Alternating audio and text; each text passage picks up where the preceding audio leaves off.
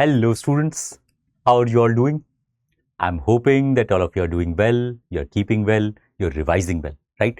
So today we are going to look at some of the places in news that were there in November 2025, right? So let's see the first one. This is the Ningaloo Reef in Australia, right? So there was an instance of coral bleaching that has happened. So we'll try and understand where is this reef, how is it different from the Great Barrier Reef that most of us have heard about with respect to Australia, right? What are the differences between this kind of reef and the barrier reef, right? And what are corals and how do the coral bleaching happen? What is the reason for it, right? So this is the basic idea. Let's look at the location of this reef. So it is seen in the western coast of Australia. Great Barrier Reef is on the eastern coast, right? So first of all, there is a difference between where are you going to find these two reefs, right? Now, what kind of reef is Ningaloo? So it is a fringing reef, and as their name suggests, this is a barrier reef, right? We will try and understand the difference between a fringing reef and a barrier reef. Atoll we have seen in the last class. So we'll also take a look at atoll also, although I am hoping that you would have seen it properly. So let's look at the differences between these two reefs. Now, it will start with a volcanic island. Again, as we had seen in the last class. So it will start with a volcanic island, right? So let's see if this is an island and all of this is the volcanic island. This is all land right now. Okay. Next, as the boundaries along these volcanic islands, right? So around the boundary of the volcanic island, if there is reef formation, right? So on the fringes of the volcanic island, if there is reef formation, this is fringing reef, right? On the boundary. But this is still island, right? This is still land here. All right, this is still land here. Now, how will it be different from barrier reef? In case of barrier reef, there will be a volcanic island, right? And then there will be a reef here, right? And in between, there will be water or a lagoon, right? So that is the difference. This is land or the island, and this is the lagoon, right? And then this section is having the barrier reef. So it is acting like a barrier, and that is how this comes about. So this is a barrier reef where there is a lagoon in between the reef and the island, right? Here there was all land, and on the boundary of this land or the island, you will find fringing reef on the fringes, on the boundary, right? Here there is a lagoon in between, right? In case of atolls, this whole island will sink, right? In case of atolls, what you are left with is that this whole island will sink. There will be all lagoons here, and this will be the atolls, right? So this is the atoll and this is all water, right? This is a basic idea of the differences between these kind of landforms, right? It is very, very important that you understand when you are looking at a particular term, and especially in case of exams, right? So you have good understanding about what is the difference between these kind of terms. All right. Next will be what is some other differences. So I'm hoping that now you understand that this is Ningaloo Reef, this is the Great Barrier Reef. Why? Because in case of Great Barrier Reef, there was water body in between the reef and the island. In this case, there is no water body. It is just at the boundaries of the island. All right. Next is, now what are corals and how are they formed? So what are corals? What are coral atolls? How are they formed? In case of this particular aspect, why are we looking at it? Because coral bleaching is becoming really important, right? With respect to environments questions are rising again and again in every year. So let's look at coral formation first. In this case, corals or coral formation is comprised of two aspects. What are these two aspects? So first of all, corals are marine organisms, right? They have what? So they have calcium carbonate skeletons, right? So they have calcium carbonate skeletons, right? Now, when this calcium carbonate skeleton, when these marine organisms are in a symbiotic relationship, so they are into a symbiotic, that means helping each other, symbiotic relationship with which kind of organism? So now this is an algae by the name of which algae is it? Can anyone tell me? Which algae do you find when you are looking at these corals? So this is by the name of zooxanthellin. We'll try and keep the spelling correct. Zoox, Xanthellae.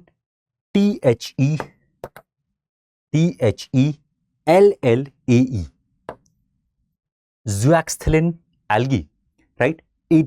Corals in symbiotic relationship with algae, right, are forming what? Are forming the corals, right? Or coral formations, hai na?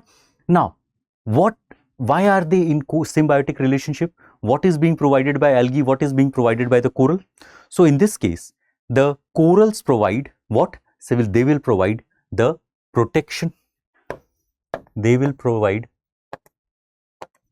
protection, through these calcium carbonate skeletons, and zooxanthellin algae will provide food, right? That is how they are helping each other. So they will provide food and color,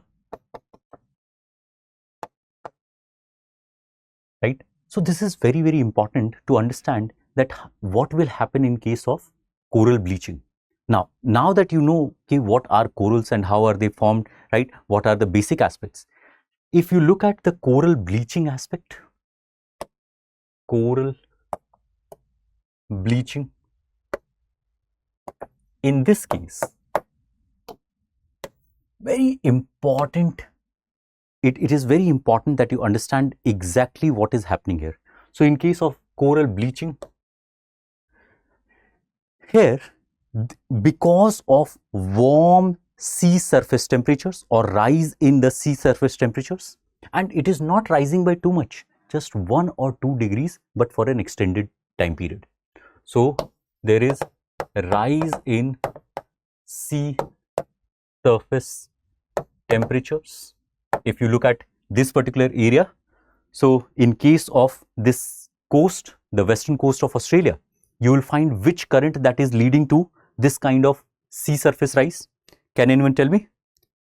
Do we know any warm or cold current, right? Because temperatures are rising, it will be warm current first of all. So this is influenced by a warm current in this region, right? Now, which is this warm current here? So this is by the name of LEEUWIN,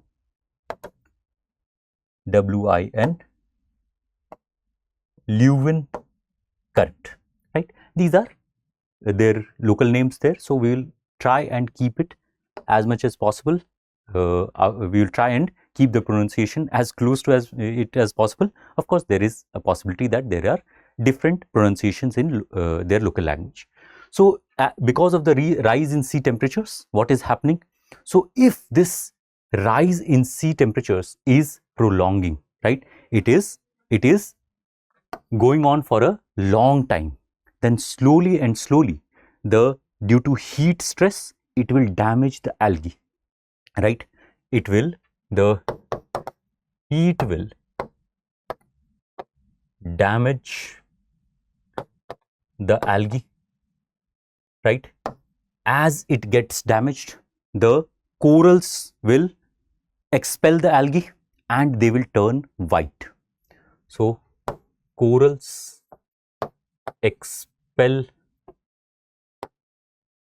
algae and turn white. This turning of the corals in white color is known as coral bleaching, right? This is the bleaching portion, right? This is the bleaching portion, right? And now the corals are not dying immediately, but if this persists, right, if it goes beyond the window of recovery, what will happen? Then they will die. So they do not die immediately, right? But if temperatures persist, right, then they will be death, right? So these are some of the basic aspects of coral bleaching. All right. This is very, very important. This has been asked before and can be asked again. Are we clear? So this is about Ningaloo Beach and coral bleaching, right? Of course, there are other aspects also, but these are some of the most important ones that you will have to understand. Is it on the west coast or east coast? What is happening in case of, say, for example, the different reef types, right? Then you can understand how are corals formed, right? What is the kind of relationship that we have with respect to the zooxanthellae algae? Which is the algae? This also can be asked, right? And lastly, how coral bleaching is happening. All right. So next, let's look at one of the questions from this particular section. Let's see. All right. Shall we move ahead? Right. Just try and pause it and then answer it, and then we can move forward. All right. So the next one is the country of Angola. Our president visited there, so it becomes important for us this year, right? In that case, let's look at the country of Angola, right? Where do you find it? So it is in the which portion? Around the Central African region, Southwestern or Central African region, right? It is towards this particular country of Democratic Republic of Congo. You will find here, right? So here you will find Democratic Republic of Congo. There is Zambia. This is Namibia, Botswana, Zimbabwe. It is around this particular region you will find the country of Angola. Now, it is on which coast? So because it is towards the southwestern region, it is towards the southwestern African region. Hence, it will be on which ocean? It is having its borders, or it is having its coast on the Atlantic Ocean, right? The Atlantic Ocean. Now, we have seen some deserts in the previous classes, specifically Namib Desert, that was just below it, that was affected by Benguela current. You remember a cold current by the name of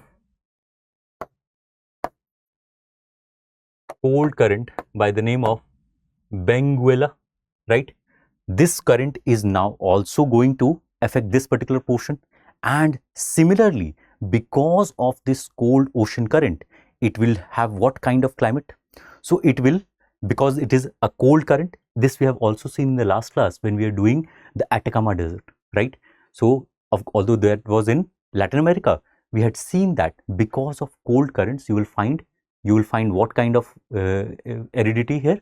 So it will reduce the evaporation. As evaporation reduces, rainfall will also reduce, and hence aridity will rise.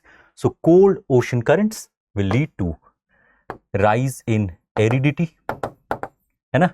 Rise in aridity and decrease in evaporation. Decrease in evaporation. As evaporation decreases, rainfall decreases, right? Hence, there will be rise in aridity, right? I'm hoping कि this correlation by now you would have established कि in a particular area, if you want to have rainfall, there needs to be evaporation, but cold ocean currents are reducing the amount of evaporation that can happen, hence rainfall is reducing, right? This is affecting the our coast of Angola, right? Now the next aspect is what you will find in this particular region. So how do you see this country? So in this region, what you are going to see is there are a few important aspects. Say for example, it is going to have offshore oil reserves, right? So this country has offshore oil reserves, right? In that case, it becomes really important. So it has offshore oil fields. Now, what is the meaning of offshore oil fields? So it is not inside its land territory, it is offshore, you know, into the waters, right? It has offshore oil fields. Next is, what is the basic idea about its geography? So here you will see that these are the regions of the coastal plains, right? These are the regions of coastal plains, and as we move inside, you will find that aridity is increasing slowly and slowly, right? Here you will find 2-3 important rivers. Towards the east, you will find Zambezi River, right? So towards the east, you will find Zambezi River. There are other rivers also, but this becomes important. It is a major oil producer in Africa, right? This country is a major oil producer in Africa. It becomes really important for energy security of this region also. It is not lying on the Sahara Desert, right? This is very important that it is not lying on the Sahara Desert, but it is having aridity, right? Due to the Benguela current, all right? So that is all right. Let's look at the question. Try and answer it properly.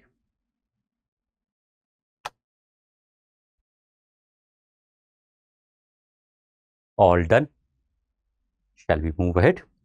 So next, let's look at the next country on the other side of Africa, right? This was towards the west coast. Now we are coming towards the east coast. That is Ethiopia, right? Now, Ethiopia is a very, very important country. It is considered to be among the cradles where humans first evolved. So it becomes really important historically also. But otherwise, you will see that it is in which area? So it is around the Horn of Africa, right? It is around the Horn of Africa, but very, very important. It is not sharing its land with any of the water bodies here. So it is not sharing its land with Red Sea or the Indian Ocean, you know? So it is not, it is a landlocked country. It becomes really important in that regard. It is a landlocked country, right? No borders with either Red Sea or the Indian Ocean region, right? Next important aspect. So what are you going to see in this particular region? Of course, the capital is Addis Ababa, right? Now, in that regard, the next important thing is that you will find here Lake Tana, right? This is very, very important. Why? Because it is from Lake Tana that which river would rise? So the river is Blue Nile, right? Lake Tana is in Ethiopia. Properly, if you see, it is in Ethiopian highlands,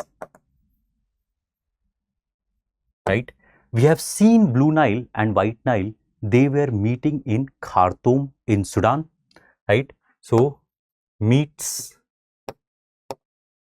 White Nile that was rising from Lake Victoria. So White Nile in Khartoum, and which was the island, which was the riverine island it was forming? So you remember there is Khartoum and there is Tuti Island, right? Very similar to our Majuli Island, it is also a riverine island at the confluence of Blue and White Nile. This is in Sudan, right? This we have seen in the previous classes, right? So we are not going to go into more details about these particular aspects. This we have seen properly, right? Now, Ethiopian highlands are very interesting, right? They are volcanic plateau. They are of volcanic origin, right? And why do you find this volcanic plateau here? Because this particular region is going through a rift valley formation. Do you remember the East African Rift Valley? This becomes really important in this regard. So here you will find that Rift Valley formation is going on. Hence this is the Rift Valley. So on one hand there is African plate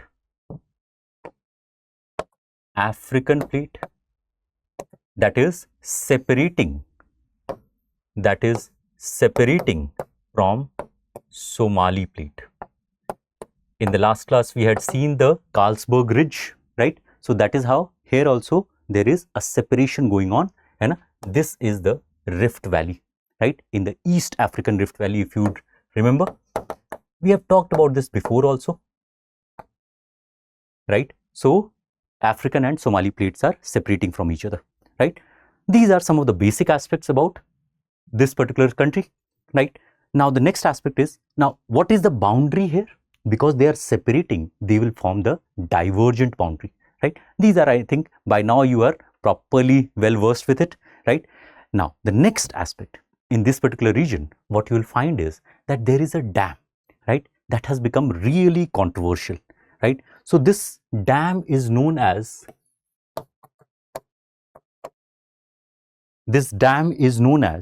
GERD, that is Great Ethiopian Renaissance Dam, right? This has become a source of water dispute, Nile River water dispute, between which countries? So it is rising in Ethiopia. This dam is in Ethiopia. So there will be Ethiopia, plus it is going towards Sudan, plus of course Egypt. So these are the countries that are involved in this particular water dispute. It has become really important. You must know where is GERD and which are the countries that are involved in it. All right. So these are some of the basic aspects about Ethiopia. It is a very, very interesting country, right? And so this is all. Let's look at one of the questions from this particular section. Try and answer it properly.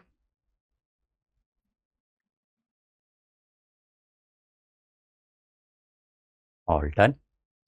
Shall we move ahead? So the next African country that we are going to look at, it is very important this time because they are providing us cheetahs under Project Cheetah, right? This is the country of Botswana, right? Now in case of Botswana, why is it so important? So first of all, they are providing us some cheetahs, but it is having very interesting geographical phenomena also, right? So this is the country of Botswana. Where would you find it? So it is just above South Africa, and to the east of Namibia, to the west of Zimbabwe, right, and Zambia, right? So it is in the southern African region, right? It is in southern Africa, right? It is not sharing its borders with any of the seas or oceans. Hence, it is landlocked, right? But for us, the even more interesting aspect is that you will find a desert by the name of Kalahari Desert here, right? I'm hoping that you would have heard about this particular term, Kalahari Desert. This desert is a very important desert in a very interesting way. Why is it so important? So in Kalahari, a river system is draining into it and forming a delta inside the land, right? So what is happening here is a river by the name of Okavango, Okavango River, right? Okavango River, if you would see here, this river is rising in Angola and forming its delta in this Kalahari Desert. Now, this is known as an inland draining river. You remember? So, this is an inland draining river. Now, can anyone tell me which is an inland draining river in India? It is very, very important river. Which is a similar river in India? Anyone? Let's hope some of you are able to give me the right answer, right? Which is the state that is associated with the river, with an inland draining river in India? Which is the area where this particular river is draining into, right? So let's see who is able to tell me the right answer, right? So here what is happening is this Okavango Delta is flowing from Angola and it is entering Botswana, and then it is forming a delta in the Kalahari Desert region, right? It is forming a delta in the Kalahari Desert region and it is disappearing there, right? That is why inland draining. So it is forming a delta in Kalahari and finally disappearing there. It is not able to reach any of the water bodies, neither Indian Ocean nor Atlantic Ocean, right? Anyway, it is a landlocked country. So in that regard, it becomes very important. Let's see how many of you are able to tell me the answer. This is Luni River in case of India, right? It is draining into run of Kutch, right? It is the Luni River is the longest river in Rajasthan, right? It is a very, very interesting and important river in case of India also, right? So these are some of the basic aspects. Otherwise, it is having, of course, because it is sending us cheetah, so it will have grassland ecosystem, right? It will have wetlands, right? So these are other aspects, but this becomes really important, right? All right. So next, let's look at the question from this particular section. Shall we? This Luni River now, do try and look at it properly. There can be a question from this particular river this time, right? Let's see. All right. Are we all done? All right. Now the next country is very much in news because of the Middle East crisis that is going on. It is Saudi Arabia. Let's look at what are some of the basic aspects with respect to Saudi Arabia. Where would you find it? This is in Arabian Peninsula, right? Arabian Peninsula. Why is it a peninsula? Because it is surrounded by water from three sides, right? Which are these waters? So Red Sea, then Arabian Sea, then Persian Gulf, right? So it is surrounded by water from three sides: Red Sea, Arabian Sea, right? And Persian Gulf, right? This is also on the Arabian plate, right? So these are some of the basic things that we already know, we have already seen before. Now in case of Saudi Arabia, it has opening towards both Red Sea as well as Persian Gulf, but it is not opening towards the Arabian Sea.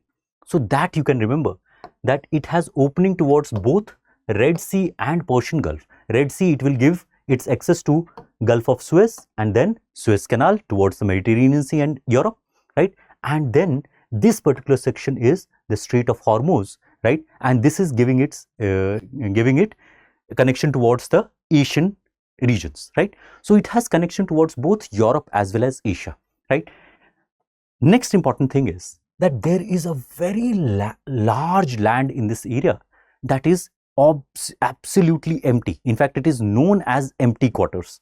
Which is this land? What is this land known as? So this is by the name of Rab al Khali, right?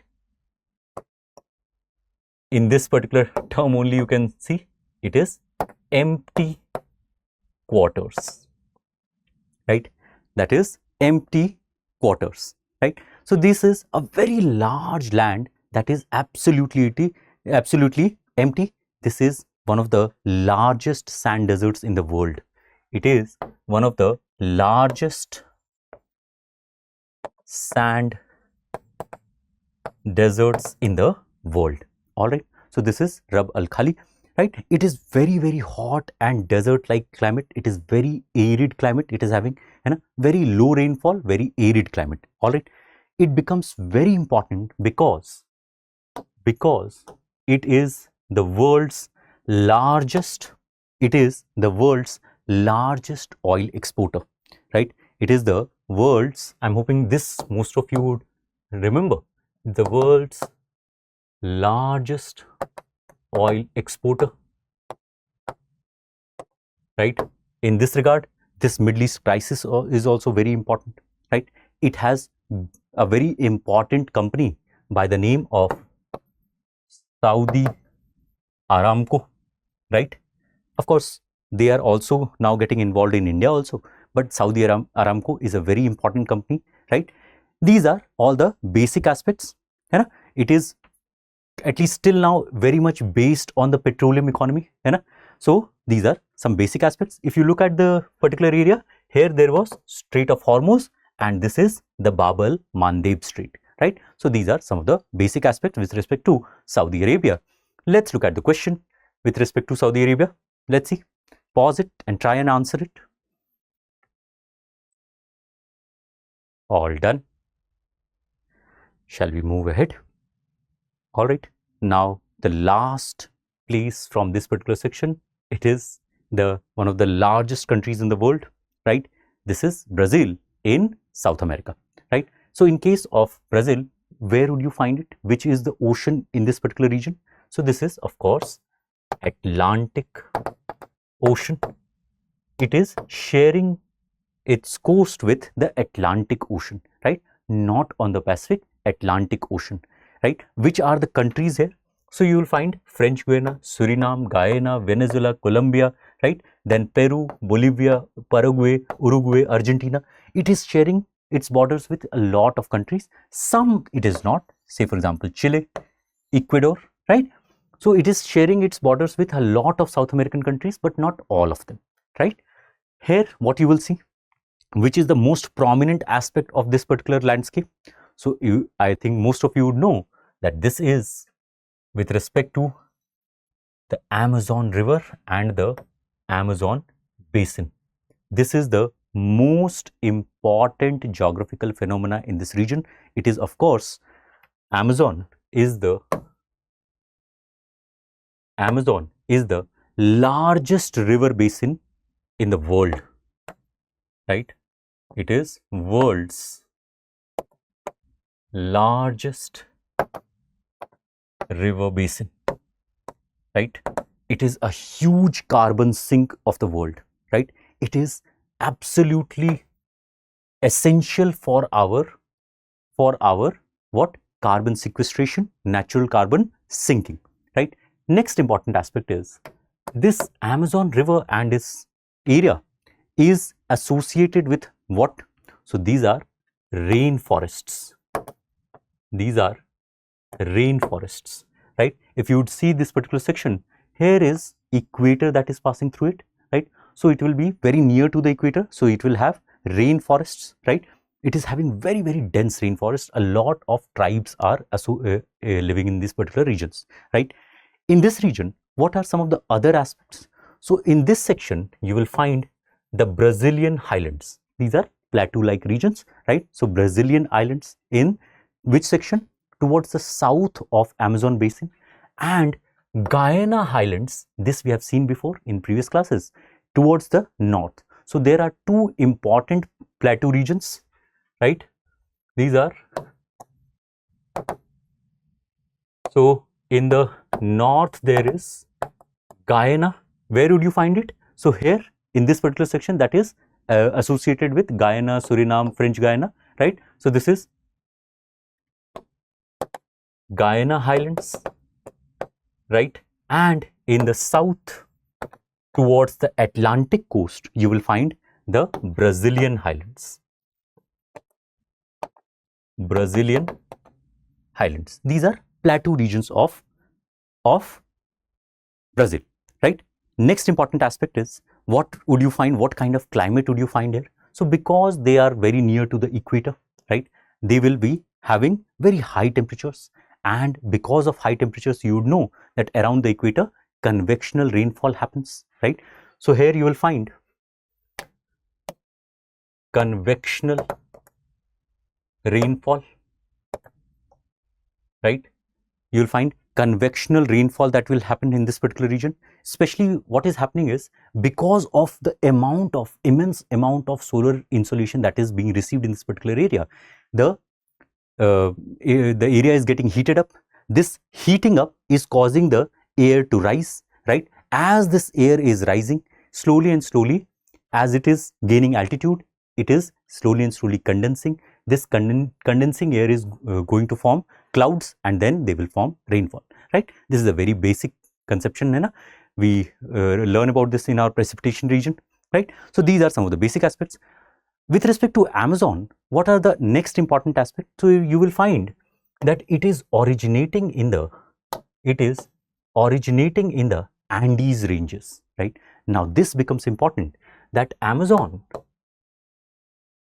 is having its origin in Andes, which is towards the west, and it flows towards the east, right? It flows east, right, towards the Atlantic Ocean. So it has its mouth in the Atlantic Ocean. Say for example, Ganga has its mouth in the Bay of Bengal region. Amazon has its mouth towards the Atlantic Ocean. All right, these are some of the basic aspects. In this regard, these important countries are becoming even more important in our day-to-day, especially because there are new items that are coming even later. Like this was, say for example, I think from November. After that also they become really important, right? So do try and understand these particular sections. And Amazon is very important, and Brazil, other regions of Brazil are also as important. All right, let's look at a question from this particular section. Let's see how many of you are able to correctly answer these questions properly. And just pause it here. And as we have done in the last few classes, the last question, I'm hoping that you would have paused here. All right. Now the last question is a combination of all of these. Let's see how many of you are able to answer this correctly. All right. That is all for today. Thank you so much. Wish you all the very best, and meet you in the next class. Thank you. For more informative content, like, share and subscribe, and do not forget to press the bell icon to get the notifications.